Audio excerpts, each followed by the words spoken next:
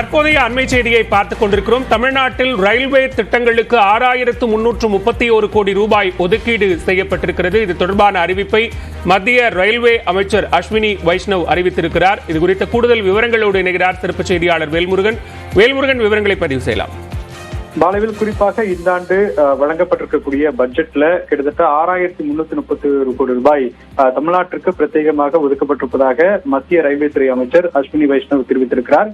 அதே போல குறிப்பாக கடந்த காங்கிரஸ் காலத்தை காட்டிலும் கிட்டத்தட்ட 9 மடங்கு அதிகமாக தமிழ்நாட்டிற்கு ஒதுக்கீடு செய்யப்பட்டிருப்பதாக கூறப்பட்டிருக்கிறது.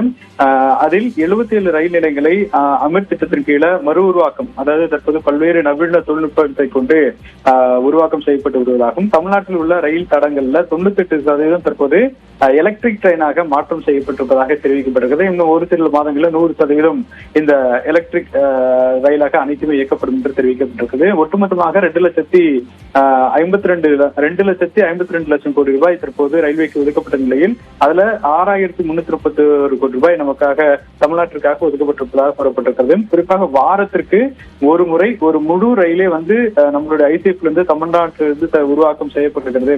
எனவே தொடர்ச்சியாக வந்தே பாரத் ரயில், வந்தே ஸ்லீப்பர் மற்றும் வந்தே மெட்ரோ ரயில் உட்பட 3 விதமான ரயில்களை விரைவில் அமல்படுத்த இருப்பதாகவும், தமிழ்நாட்டில் ஏற்கனவே வந்தே பாரத் ரயில் சேவை தொடங்கப்பட்டது போல அமிர்த் ரயிலினுடைய சேவையும் விரைவில் தொடங்கப்படும் என்றும் தெரிவிக்கப்பட்டிருக்கிறது. குறிப்பாக ஒரு வாரத்திற்கு ஒரு ரயில் அப்படிங்கிற விதத்துல தற்போது ஐசிஎஃப் செய்யப்பட்டு வருவதனால நாடு முழுவதும் இன்னைக்கு வந்தே பாரத்தினுடைய சேவை அப்படிங்கிறது அதிகரித்துக் கொண்டே இருப்பதாகவும் தெரிவிக்கப்பட்டிருக்கிறது. அதே போல கிட்டத்தட்ட 75 இந்த புதிய ரயில் நிலையங்களை வடிவமைக்கக்கூடிய பணிகள்ல ஈடுபட்டிருப்பதாகவும், தொடர்ந்து நவீனத்துவத்துடன் இருக்கக்கூடிய வகையில ரயில்வேக்கு கூடுதலான பல சலுகைகள் வழங்கப்பட்டு தமிழ்நாட்டில் பிரத்யேகமாக ஏராளமான பணிகள் நடைபெற்று வருவதாக தெரிவித்திருக்கிறார்.